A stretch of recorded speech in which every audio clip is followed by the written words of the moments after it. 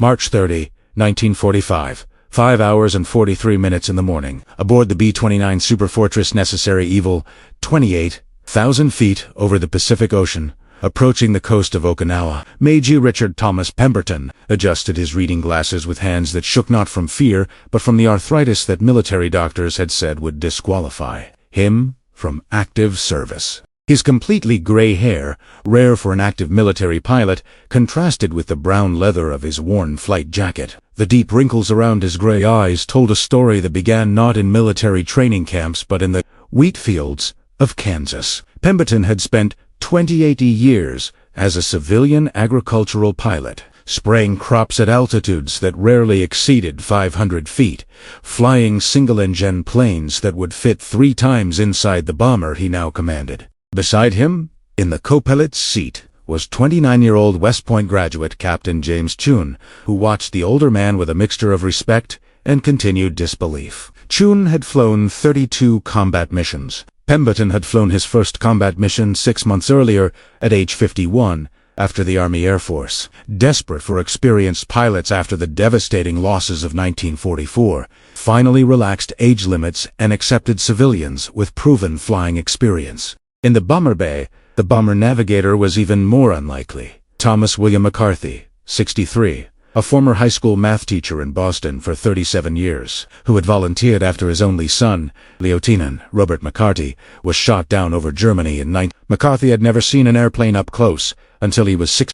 Now, with arthritic hands that still held ghost chalk, he calculated bomb trajectories with a precision that took 25-year-old engineers months to develop. The radio man, Sergeant Harold Hank Washington, 50, had been a railroad telegraph operator in Chicago for 33 years before Pearl Harbor. His hearing was beginning to fail, but his fingers knew Morse code with a fluency that transcended the senses. The tail gunner, bizarrely, was Corporal Edwin Price, a former civilian sniper who had lied about his age and altered documents to enlist at 6. No one found out until he had already shot down 6 Japanese Zero fighters, with an accuracy that defied both his age and military statistics. The crew Washington had sent to destroy Japanese military installations on Okinawa was, on average, 54 years old, a statistical anomaly that Nazi intelligence reports would have ridiculed if they had known. But no one was laughing now, not after 41 successful missions. This morning's mission was straightforward from the planning papers. Destroy a Japanese industrial complex in Naha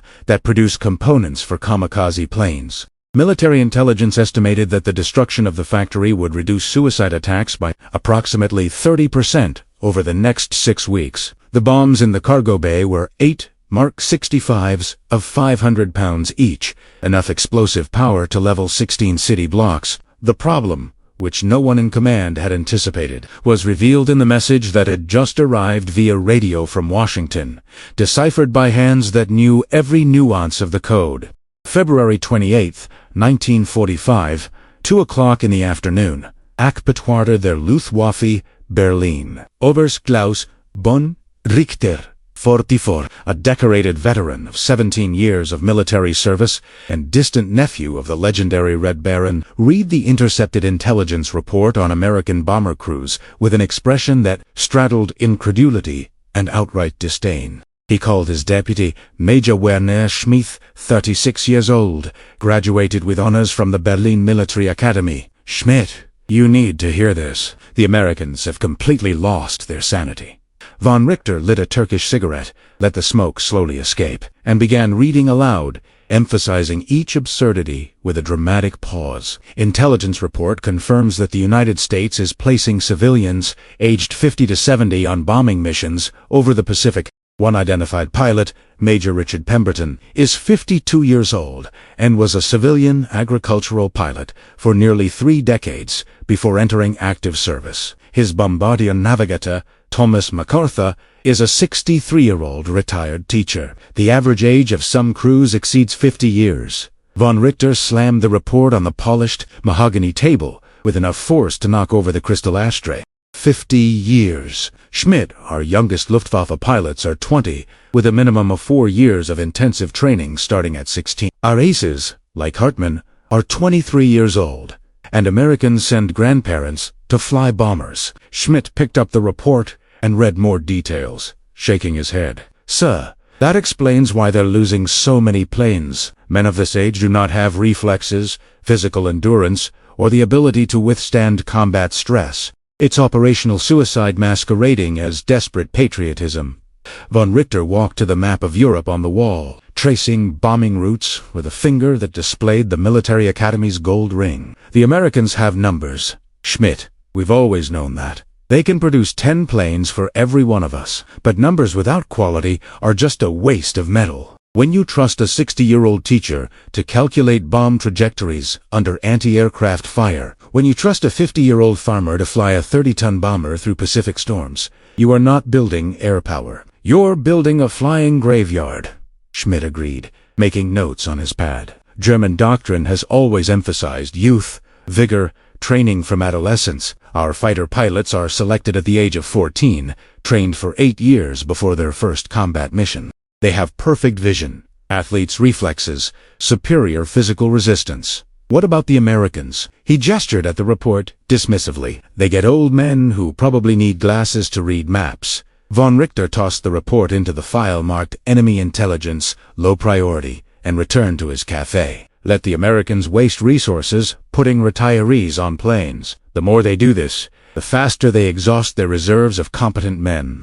Every grandfather they send over the Pacific is a trained young man they don't have. It's strategic self-destruction." What Von Richter didn't know, what no Axis intelligence report had captured, was that Pemberton had flown in conditions that 20-year-old military pilots would never experience. Kansas dust storms that reduced visibility to zero. Crosswinds that turned light planes like toys. Mechanical emergencies at 500 feet, where error meant instant death.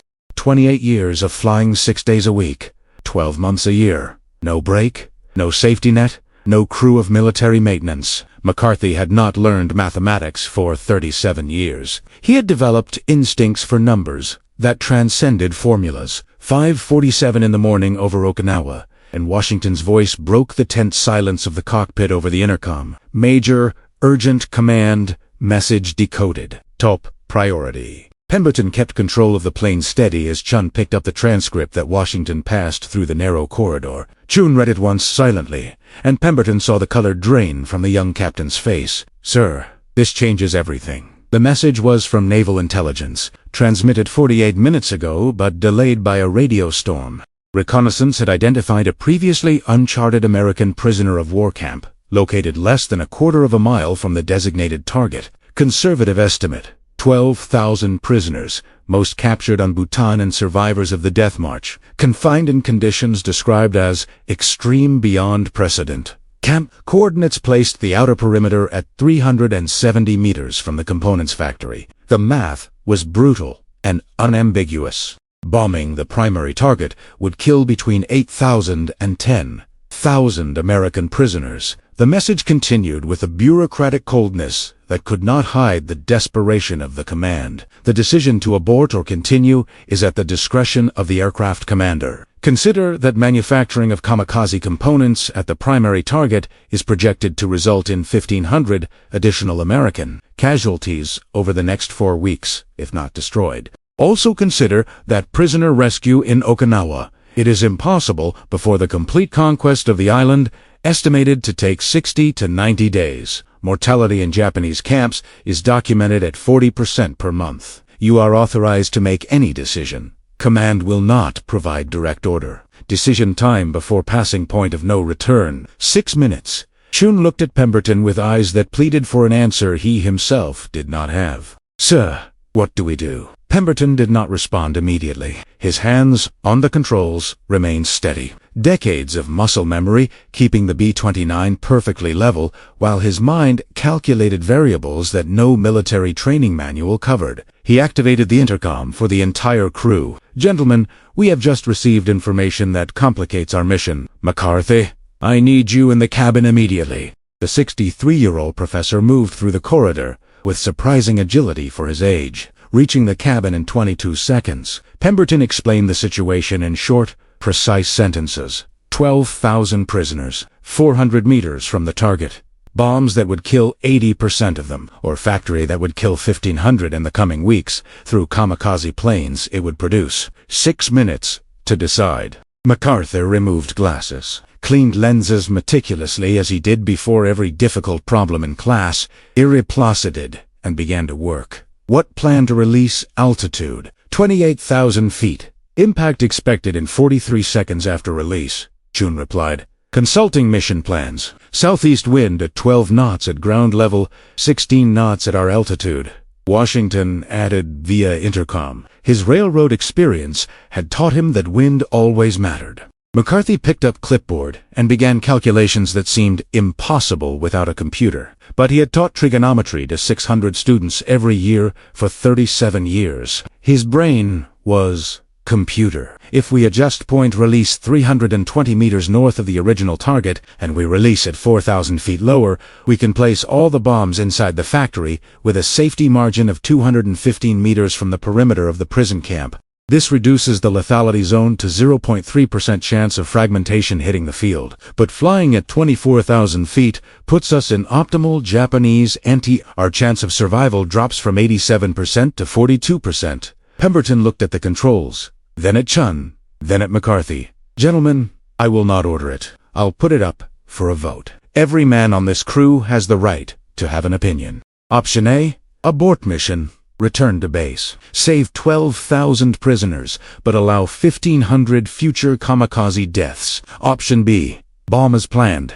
Destroy factory. Save 1,500 but kill 8 to 10,000 prisoners. Option C, bomb with Professor McCarthy's fit. Save prisoners and destroy factory. But 42% chance we'll die in the process. He paused. Let gravity sink in. 4 minutes and 10 seconds to decide. March 22nd, 1945, 3 o'clock in the afternoon. Campo Donnell, a prisoner of war camp in Okinawa that no American map officially recorded. Captain James Robert Sullivan, 32 years old, survivor of Bataan, weighing 68 pounds, in a body that should have weighed 9, lay on rotund tatami in a barracks housing 240 men, designed for 60. Beside him, Private Thomas Martinez, 23 years old, shivering with a fever of 103 degrees Fahrenheit, murmured his mother's name in Spanish. Martinez had had dysentery for 11 days, without medicine, without treatment. Statistically, he would be dead in 72 hours. Sullivan knew the statistics very well. He had seen 417 men die in the last 2 years. He kept count in a small piece of bamboo, marked with blood from his own finger. 417 names he had memorized, 417 families he had promised to inform if he survived. 23 feet above the shed, Sullivan could hear the distant but growing roar of engines. Sound of American planes was distinct now. After 3 years as a prisoner, Sullivan knew the difference between the Japanese Zero, Betty bomber, and American B-29. This was B-29, probably going to bomb military installations in Sullivan felt conflicting emotions every time he heard American planes. Proud that they were there. Terror that American bomb with American serial number carried by American could fall on his head because American maps did. Not know that 12,000 Americans were here. GU Japanese Ardents knew. Camp Commander Major Takeshi Yamamoto, 46 years old, a hardened veteran who treated prisoners with cruelty that ranged from indifference to sadistic, had made it clear 2 months ago when bombings began to intensify. If American planes bomb this area, he said through a translator, you will die with Japanese facilities. There are no bunkers for prisoners. There are no warnings. You are ghosts that your commanders have forgotten. Sullivan didn't believe they were forgotten. But I believed they were unknown. Camp had been established in December 1944, after the Philippines began to fall. 12,000 prisoners transferred quickly, without adequate documentation, to an island that the Americans had not yet invaded. No prisoners released, no contact with Red Cross, no external communication. For official American records, these 12,000 men were missing in action or presumed captured in the Philippines. Nobody knew where exactly. The sound of the engines grew louder. Sullivan forced himself to sit up, each movement costing energy he didn't have. Martinez opened glassy eyes. Captain, are they going to bomb us? Sullivan lied, because a gentle lie was all he had to offer. No, soldier. They know we're here. But Sullivan looked through the narrow opening in the bamboo wall and saw something that froze blood more than fever or hunger had done. Components factory less than half a kilometer away was operating at full capacity, black smoke from chimneys rising in thick columns. If Americans were coming to bomb Naha, that factory was an obvious target, and prison camp was directly in the impact zone. Sullivan began to pray. He doesn't pray like a calm Sunday chaplain, but he prays desperately like a man who saw 12,000 lives swaying in a decision that some pilot at 28,000 feet would make in the next few minutes, without even knowing they existed. 3 minutes and 40 seconds remaining, and Pemberton heard each crew member over the intercom. Price, the 71-year-old leading scorer, went first. Major, I flew over France in the last war. I saw what bombs do. If there are Americans down there, I can't participate in killing them. I vote for the professor's option, even if it costs me.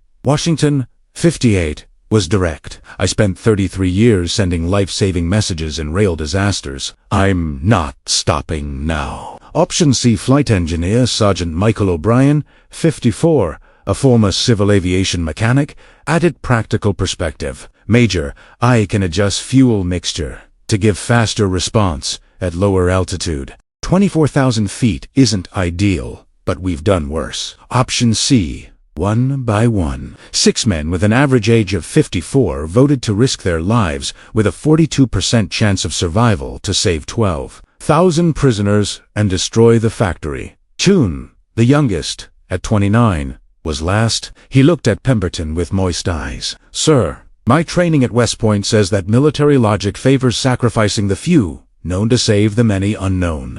But these men, he gestured to the rest of the crew, taught me that there is math that the military academy does not teach. Option C, Pemberton felt weight of decision and weight of confidence. He had spent 28 years making decisions alone in the cockpit of an agricultural plane. But this decision was different. This decision weighed on 12,000 lives, plus 6 men who voted to die if necessary. He activated intercom. McCarthy, calculate new release point and prepare coordinates. Washington, transmit to command that we are adjusting mission according to option C. Prepare for descent from 4,000 feet. O'Brien, adjust mix for maximum response. Price, when we descend, it's going to get interesting with anti-aircraft. Stay alert. He paused, swallowed hard. Gentlemen, thank you for the vote of confidence. Now let's prove that old farmers, teachers and railway workers can fly better than any 20-year-old Luftwaffe pilot. Pemberton pushed the stick forward, and the B-29 began a descent that would take it to an altitude where Japanese anti-aircraft turned the sky into molten lead. 2 minutes and 50 seconds, to the point of no return. Chun observed instruments with the intensity of a student taking a final exam. Sir, may I ask you something personal? Speak, Captain. Why did you enlist? At 51, you had a secure farm, a family, a comfortable future. Why risk it all? Pemberton kept his eyes on the horizon as he responded. My grandson, Tommy, 7 years old. He asked me what I did in the war. I couldn't look at that boy and say I stayed home safe, while boys his age would eventually fight in the next war if I didn't. Let's finish this properly. He adjusted altitude trim. Besides, Captain, I flew 28 years without killing anyone.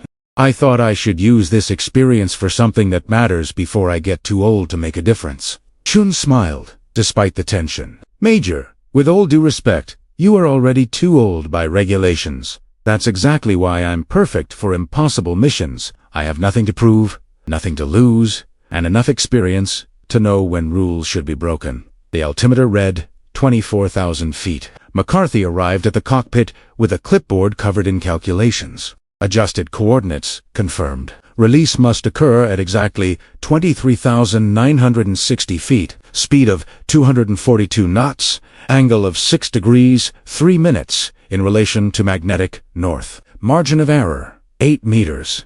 Pemberton looked at the numbers with respect. Professor, how many hours would it take for me to learn how to do these calculations? McCarthy smiled. Deep wrinkles around his eyes, deepening. Major, I taught trigonometry for 37 years. It takes time. But do you trust numbers? With my life?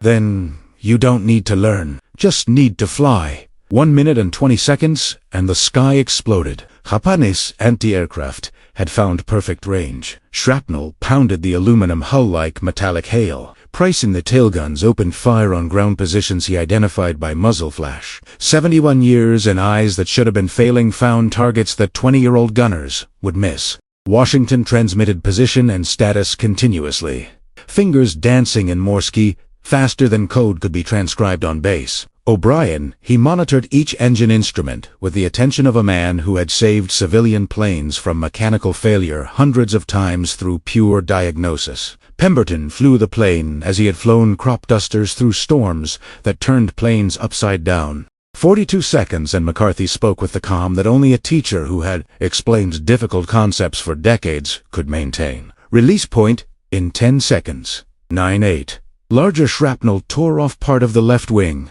Alarms. O'Brien was already in trouble, hands moving switches before brain processed emergency. Number 2, engine losing oil pressure. I can keep it for 2 minutes.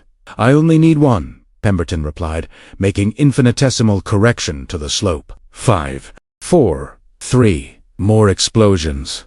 B-29 shook violently. Chun saw blood on Pemberton's arm, but the old man didn't even blink. 2, 1. Release. 8 Mark 65 bombs, total 4,000 pounds of explosive, fell from the cargo bay. 43 seconds until impact. Just as Chun had predicted, Pemberton pulled back on stick and B-29, climbed with lifting force that pressed crew against seats. Engines screamed protest. O'Brien pushed throttles beyond recommended limits, climbing through fragmentation zone. 20 seconds until impact. Price abandoned cannons and clung to support. Washington paused transmission for the first time on mission. McCarthy held a clipboard 2 chests as useless shield. Chun closed eyes. Pemberton kept eyes open and plane climbing. 10 seconds. Shrapnel pierced cabin inches from Chun's head. Depressurized air roared through hull. 5. O'Brien saw number 2 engine temperature enter the red zone. 4. 4. McCarthy whispered final numbers like prayer. 3. Price começou Pai Nosso que não terminaria. 2. Washington transmitiu última posição. 1. Impacto. Mundo embaixo explodiu em sequência de 8 detonações que McCarthy havia calculado para efeito máximo cumulativo. Onda de choque atingiu B-29, que agora estava 28.000 pés acima. Avião sacudiu, girou, caiu 320 pés antes que Pemberton recuperasse controle. Mas recuperou, com mãos que conheciam aviões por 28 anos. Chun olhou para baixo através de janelas e vamin. Factory was smoking crater. Secondary buildings collapsed. Chain fires, consuming adjacent structures. And a quarter of a mile to the south, untouched, engine number 2 dead. Number 3, at 65%. Loss of left tank fuel. Enough to turn back if we encounter no additional opposition. Price tailguns operational. 3 donkeys in the sea discussed. Nothing critical. Washington, radio operational. Transmitting confirmation of successful mission.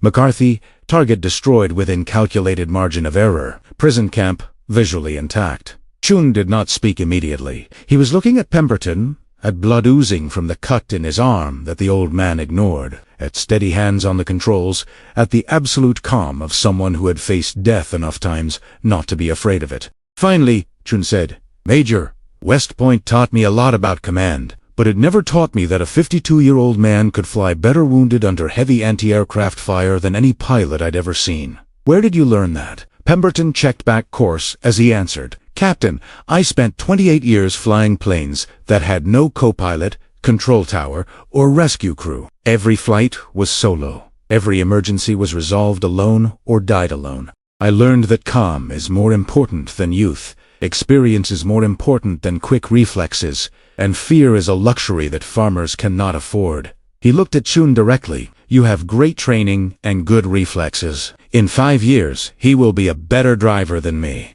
But today, 12,000 men are alive because I had 28 years doing something that military academia doesn't teach. Flying a cheap plane that always breaks down in impossible conditions without being able to call for help." Chun understood. For the first time, he truly understood why the Air Force was recruiting older civilians. Not because it needed numbers. It needed experience that academia and youth couldn't provide. March 30th, 1945, 6 hours and 42 in the morning. Hauptquartier der Luftwaffe Berlin. Oberst Klaus von Richter was awakened by Major Schmidt with an urgent report. He read it 3 times before believing it. American B-29 bomber had performed low-altitude precision bombing under heavy anti-aircraft fire, completely destroyed high-priority industrial target, avoided adjacent prison camp by 200-meter margin while flying with damaged engine and cabin deep. Crew had returned to base with moderate damage. Average age of the crew, 54 years old. Pilot, 52 years old. Ex-civilian, bomber navigator, 63 years old. Former teacher, von Richter, threw the report on the table. This is impossible. Precision bombing at 24,000 feet under heavy fire requires years of training, a young team with perfect reflexes, coordination that takes hundreds of missions to develop. A 63-year-old teacher cannot calculate these trajectories under combat stress. A 52-year-old farmer doesn't have the physical endurance for an 8-hour mission under fire. Schmidt, however, had a different expression, concern replacing his usual disdain. Sir, this is the 14th similar report in 6 weeks. Older American crews are consistently exceeding expectations. Mission success rate is 89%, compared to our estimate of 40%. Survival rate is 78%. Our estimate was 30%. Von Richter lit cigarette with hands that shook slightly. How is that possible? Schmidt placed thick file on the table. Sir, I requested in-depth profile analysis of older American crew. Patterns emerge. These men are not simply random civilians. They are civilians with 2 to 4 decades of experience in high-risk professions that require quick decisions under pressure. Agricultural pilots who flew 50,000 hours in conditions that would kill military pilots. Railwaymen who managed emergencies for 30 years. Mechanics who diagnosed and fixed problems without manuals. He paused, choosing words carefully. Sir, we underestimated them. We thought age was weakness. We discovered that experience makes up for everything youth offers. Von Richter smoked in silence for a long time. Finally he spoke, voice lower. Schmidt, how long does it take to train our average Luftwaffe pilot? 6 years, sir. Started at 16. First combat mission at 22. And how long did American Pemberton fly planes before this war? Schmidt consulted report. 28 years. Sir, approximately 53,000 flight hours, most in conditions considered extreme by civilian standards. Von Richter crushed his cigarette. We trained for 6 years. He flew for 28 years. And we mocked him for being old. For the first time in the war, von Richter understood that Germany had made a fundamental error, not in underestimating American industrial production or American determination, in underestimating that Americans could turn civilian experience into a weapon of war. What a 50-year-old farmer with 30 years of experience could be more valuable than a 20-year-old pilot with 6 years of training? What 63-year-old teacher who taught mathematics for decades could calculate better than a young military engineer? Schmidt broke the silence. Sir, I recommend complete review of our estimates of American manning capabilities, and perhaps consider broader recruitment of our own experienced civilians. Von Richter slowly shook his head. Too late, Schmidt. Our system was built on youth and rigid doctrine. We can't change now. But the Americans? He gestured for report. They built it on improvisation and pragmatism. They saw they needed experienced pilots, and accepted 50-year-old men because experience mattered more than age. We would never do that. Schmidt Knobond Richter was right. It was a fundamental difference between systems. Germany could not adapt, because adaptation would mean admitting that the doctrine was wrong. America adapted because doctrine was less important than winning. March 30, 1945, 8:23 in the morning, Guam Air Force Base. B-29, necessary evil, landed with a dead engine and 73 hull holes. Crew descended to applause from ground personnel, who had heard broadcast from Washington about mission. Pemberton came down last, arm bandaged by Chun during the return flight, moving with the stiffness of a 52-year-old man who spent 8 hours in the pilot's seat under combat stress. General Curtis LeMay, 38 years old, commander of bombing operations in the Pacific, waited on the asphalt. He looked at the aging crew with an expression that was half admiration, half incredulity. Major Pemberton Captain Chun Professor McCarthy, rest of the crew, just received recon confirmation. POW camp is intact. 12,073 men confirmed alive. Factory destroyed beyond possible repair. Kamikaze strike rate projected to drop 42% based on lost production. LeMay paused, studying each aged face. You just saved possibly 15,000 American lives among prisoners and prevented future casualties. And you did it while flying a damaged plane at an altitude that puts you at greater risk than any mission I authorized this month. He focused on Major, when I accepted older civilians into my crews, I faced significant resistance from command. They said it was a waste of resources, that 50-year-old men were not physically capable of combat missions. You and your crew have just been proven completely wrong. Pemberton straightened his posture despite exhaustion. General, with respect, we didn't prove them wrong about age. We proved them wrong about experience. Age just means we've had more time to learn how to not die doing dangerous things. LeMay almost smiled. Major, you have 41 combat missions in 6 months.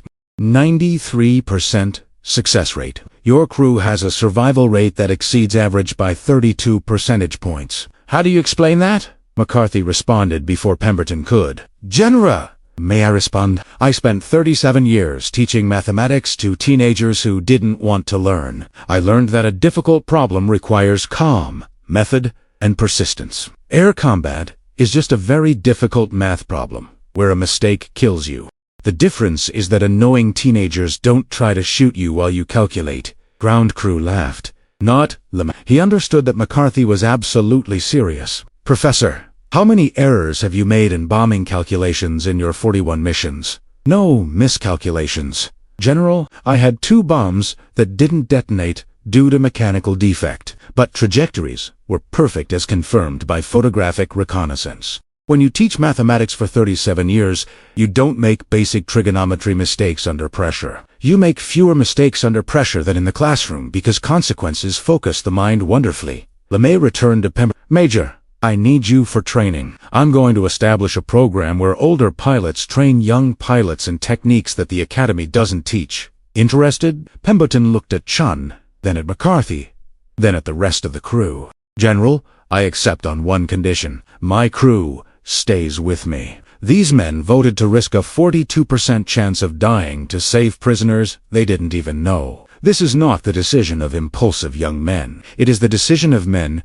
who have lived long enough to value life. I want to teach this as much as flying techniques. LeMay extended his hand. Accept it, Major. Welcome to the Advanced Training Program. It starts at PR next week. After LeMay left, crew walked to debriefing.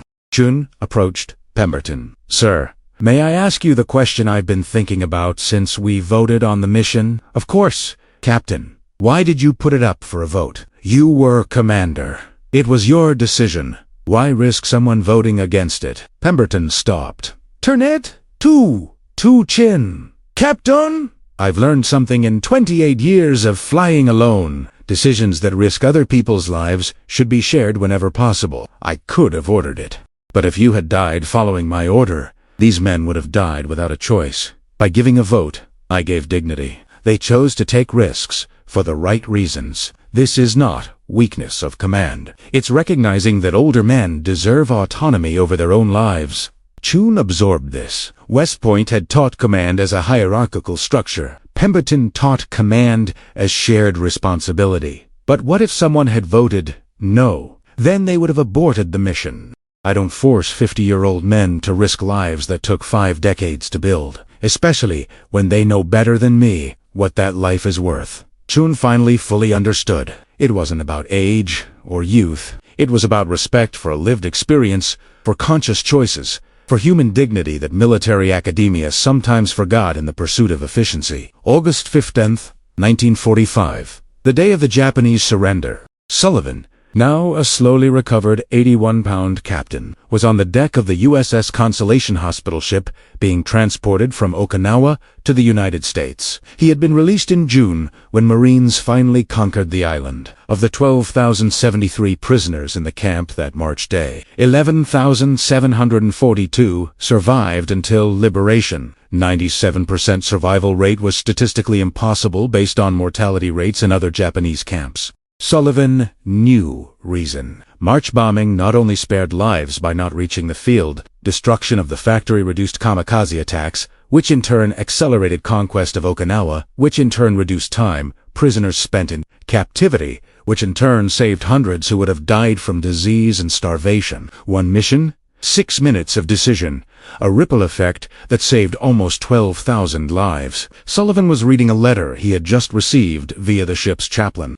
It belonged to Major Richard Pemberton, pilot of the B-29 that had bombed the factory. Sullivan did not know until 3 days ago that March bombing had been deliberately adjusted to spare field. He thought it was luck. Letter explained the opposite. Pemberton wrote about a 6-minute decision, about a crew vote, about McCarthy's calculations, about flying at an altitude that almost killed them to ensure accuracy. He wrote that he was 52 years old, a former farmer, and that the entire crew were older civilians who had decided that 12,000 unknown lives were worth a 42% chance of death. Sullivan read the letter 4 times. Then he wrote a response that would take weeks to arrive. Major Pemberton. My name is Captain James Sullivan, prisoner number 13,142 in the camp you spared.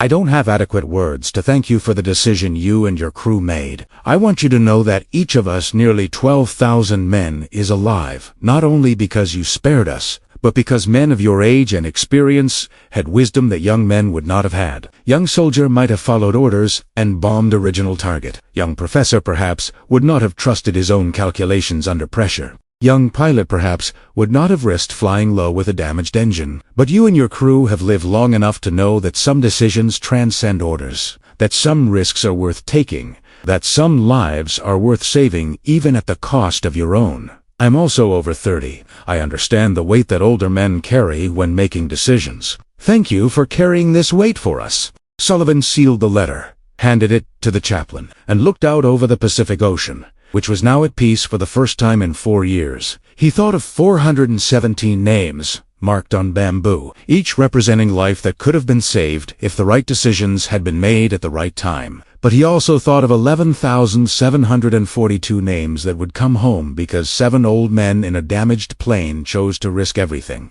Sometimes, Sullivan thought, experience and wisdom were the strongest weapons, powerful than youth and strength. October 23, 1968, World War II Veterans Convention, Detroit, Michigan. Pemberton, now 75, hair still white but thinner, posture more stooped, with still sharp eyes behind thicker glasses. He sat at the banquet table next to Chun, now 52, retired as an Air Force colonel. McCarthy had died in 1956, but his daughter, Margaret Shun McCarthy, was present representing her father. Washington, Price, and O'Brien were also deceased, but families sent representatives. Sullivan, 55 years old, a successful lawyer in Boston, walked across the convention hall when he saw It was the first time they had met in person despite having exchanged letters for 23 years. They embraced with emotion that men their age were not ashamed to show. Major, finally. Captain, nice to meet you in person. Tay Set-Don ordered coffee,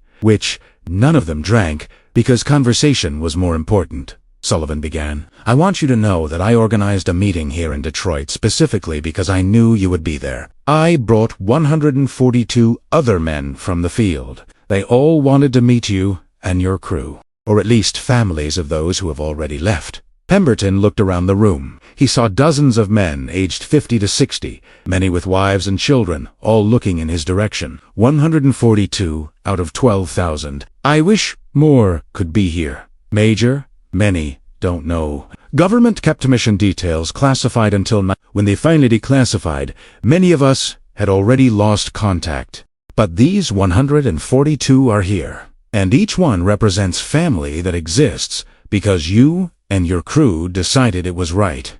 Chun joined the conversation. Mr. Sullivan, can I share something? I flew 7 to 3 more missions after that one. In March of 4, I became an instructor, then a squadron commander, eventually a colonel. But that mission, those 6 minutes of decision, taught me more about command than the rest of my career. Major Pemberton taught me that difficult decisions should not be avoided. That responsibility should be shared. And that experience is a teacher that youth cannot replace. Sullivan looked at Chun. You were 29 on that mission. Now, you're 52.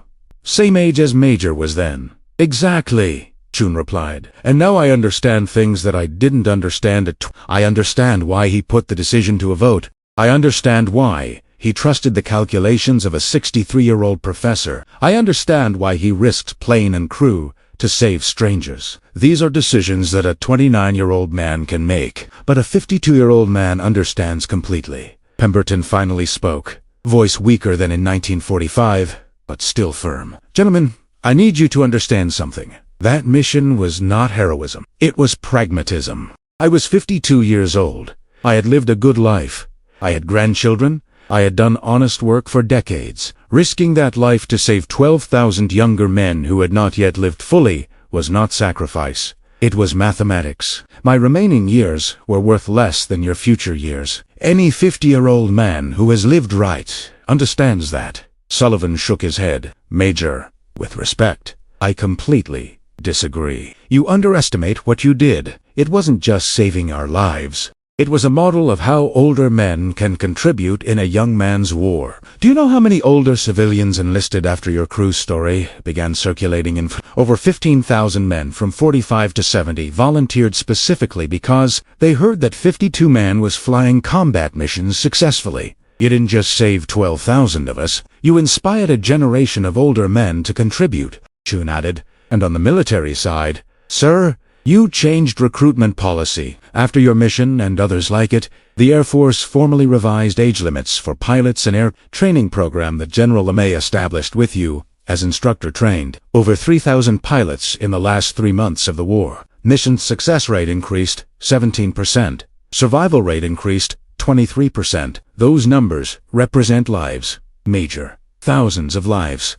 Pemberton absorbed information in silence. Finally I said, I didn't know the numbers. I just did what felt right at the time. Margaret, McCarthy's daughter, who had silently listened to the conversation, spoke for the first time. Mr. Pemberton, my father wrote me a letter before he died. I want to read part of it. He wrote, Margaret, I flew 41 combat missions from the age of 61 to 6. Each mission could have killed me. But each mission taught me that the experience of teaching mathematics for 37 years was not wasted. Each equation, what I resolved under anti-aircraft fire, saved lives. Every trajectory I calculated protected soldiers on the ground. I died knowing that 63 years of life were preparation for 3 years of service that really mattered. She paused, voice breaking. My father died, believing that his life had purpose because of that crew, those missions, that 6-minute decision. Mr. Pemberton, you gave purpose to the final years of a man who spent his life teaching. This is a gift that cannot be measured. The hall was silent. 142 veterans and their families watched the table where 4 people shared the weight of history. Pemberton finally stood, moving with difficulty from arthritis that now affected more than just his hands. He looked at the crowd. I want to say something to everyone here, especially for young people. You will live in a world that values youth, speed, novelty. Don't let this make you forget that experience has value. The years lived teach lessons that cannot be learned in the gym. That a 50-year-old man with 30 years of experience can contribute things that a 20-year-old man with better training cannot. Never discard old people because they are old. They just had more time to learn how to do things right. Applause began.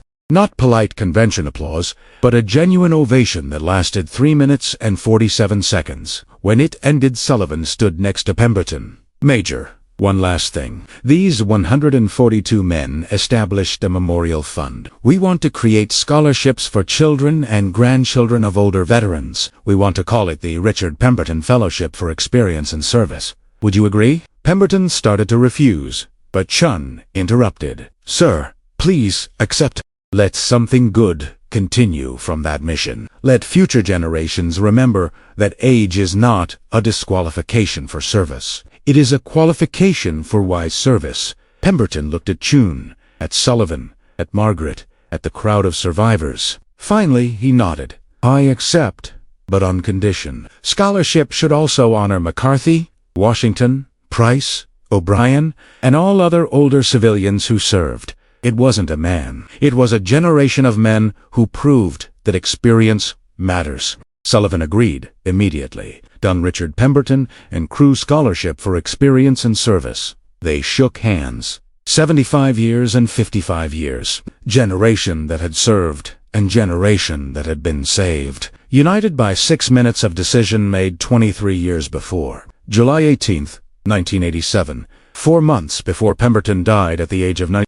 He was in a nursing home in Kansas, the same county where he had spent 30 years flying agricultural planes. Chun, now 70 years old, had come to visit him. They sat on the porch, looking at wheat fields that Pemberton knew better than his own house. Richard Chun was using his first name now. The privilege of 42 years of friendship. I got a call from Smithsonian. They want to put a fragment of Necessary Evil on a permanent exhibition about the Second World War. They ask for your approval. Pemberton smiled, face more wrinkled than old tree bark. Damaged plain fragment. Appropriate. It's not just fragment. It's a piece of history. They want to include the full story of that mission. 6 minutes of decision. 12,000 lives saved. Everything documented. Pemberton was quiet for a long time. Finally he said, "James, I'm afraid the story will be told wrong. I'm afraid they focus on individual heroism instead of a real lesson." What is a real lesson? A system that accepts contributions from everyone is stronger than a system that accepts contributions only from the young elite. Germans had better pilots,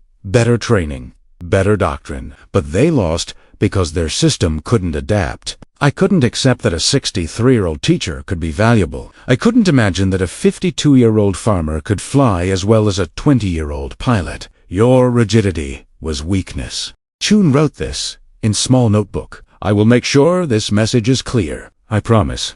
They sat in the comfortable silence that only decades-long friendship allows. Finally, Pemberton spoke again. You know what I think about more. Not about mission, not about war, but about those 6 minutes. 6 minutes where 7 old men decided that 12,000 unknown lives were worth risking their own. This wasn't military training. This was the result of 50, 60, 70 years of living, making mistakes. Listening people learning that each life has an estimable value. Young people can learn this, but old men feel it in their bones. Chun understood perfectly. At 70 years old, he also felt it in his bones. Richard, can I tell you a secret? That mission, those 6 minutes, changed everything in my life. Not just a military career, life. I learned that the most important decisions are not about strategy or tactics. They are about values and humanity. I taught this to my children.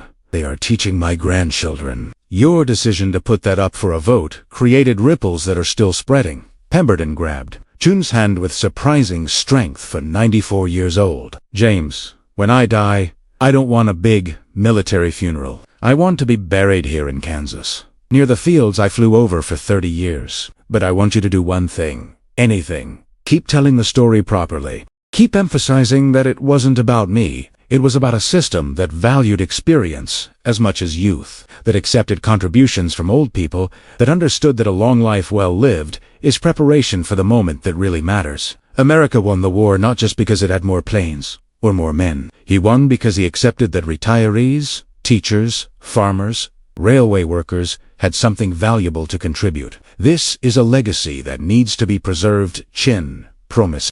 4 months later, on November 3rd, 1987, Richard Thomas Pemberton passed away, peacefully, at the age of 9. The funeral was small, as he requested, but 107 survivors of that camp on Okinawa, now in their 60s and 70s, traveled to Kansas to attend. Sullivan, Chun, Margaret, and the families of the entire crew were present. As they lowered the casket, 7 small civilian planes, piloted by local farmers, flew over the cemetery. In formation, missing men. It was a tribute from a community that understood that one of its own had made a difference that transcended Kansas wheat fields. On the simple tombstone, Chun had ensured that the inscription captured the man's essence. Richard Thomas Pemberton, 1893, 1987. Agricultural pilot for 30 years. Combat pilot for 3 years. He saved 12,000 lives in 6 minutes of decision. He proved that experience and wisdom are more powerful weapons than youth and strength. Flew until wings became unnecessary. Jun placed his hand on the cold stone. Mission accomplished. Major. Mission accomplished. Legacy of Pemberton and his crew continued. Scholarship that Sullivan established in 1968 educated more than 3,200 students. Until 2025, each recipient learned history from 7 old men who decided right. Smithsonian exhibit, opened in 19... Each learned that contribution to American victory in World War II came not just from young soldiers, but from entire generation of Americans who, regardless of age, they found a way to serve. And the most important lesson, the one that Pemberton insisted be preserved, remained clear. Never underestimate the improbable. Never discount experience because of age. Never assume that youth is a requirement for excellence. 6 minutes of decision made by 7 old men proved that wisdom, experience, and deep humanity acquired through decades of life can be the difference between tragedy and triumph, between despair and hope, between the death of 12,000 and the life of 12,000. Every time an older person decides to contribute despite being told they are too old, too experienced, too late. Because Richard Pemberton and his crew have proven something fundamental. It is never too late to make a difference. It is never too late to serve. And it is never too late to save lives that you will never know, but that will depend on a decision that only you can make at the moment when it absolutely matters.